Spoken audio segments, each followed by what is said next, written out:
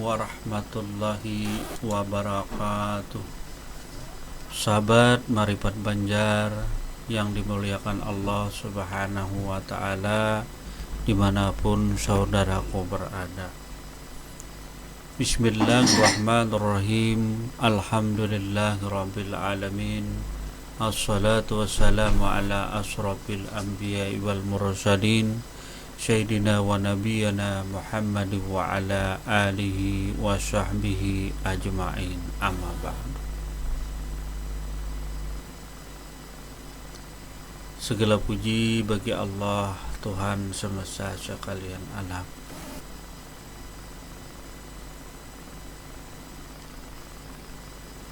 Adapun pada kesempatan ini, video ini berisi tentang makna penciptaan manusia dalam 6 masa.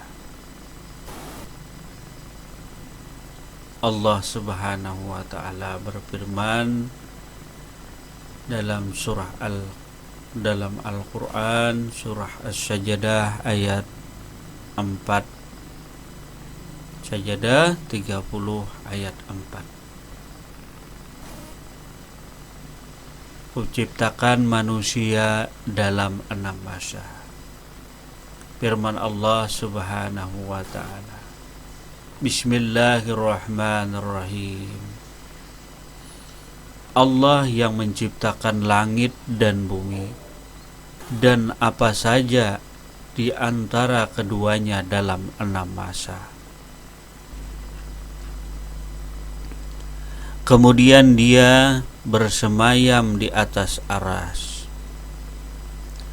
Bagimu tidak ada seorang pun penolong maupun pemberi syafaat selain daripada Dia. Maka apakah kamu tidak memperhatikan? Quran surah As-Sajdah ayat 4. Fase pertama, penciptaan insan manusia. Fase pertama dinamakan fase turab, yaitu daripada saripati tanah. Bahasa Arabnya min sulalah min tin.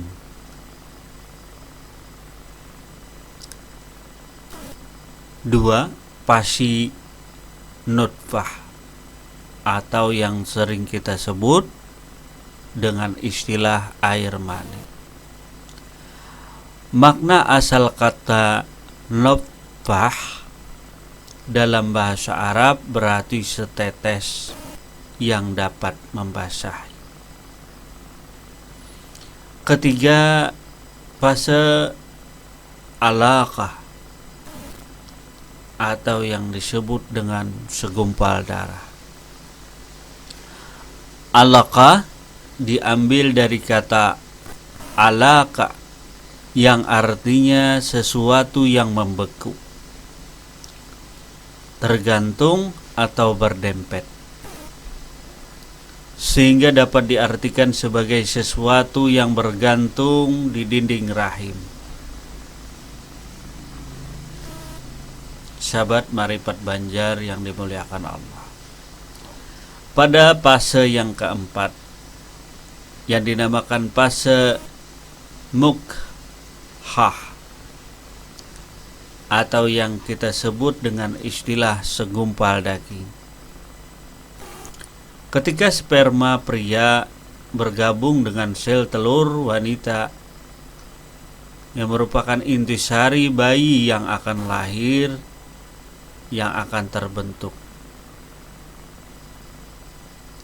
Sel tunggal yang dikenal sebagai zigot dalam ilmu biologi ini akan segera berkembang biak dengan membelah diri hingga akhirnya menjadi segumpal daging. Di fase inilah akan terbentuk lagi subfase yang disebut 3 subfase kegelapan. 3 subfase kegelapan manusia: fase pre-embriotik, fase zigot, dan fase embriotik.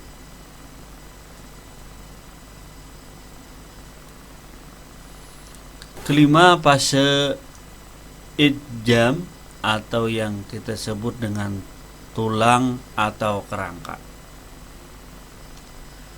Pada fase ini embrio mengalami perkembangan dari bentuk semulanya yang hanya berupa segumpal daging hingga berbalut kerangka atau tulang. Pembentukan kerangka inilah yang disebut lontar tanpa tulis, di mana tulang belulang nanti beserta otot alias bertuliskan daging dan otot. Keenam, kisah al-ijam billah, penutupan tulang daging atau otot dengan berupa kulit.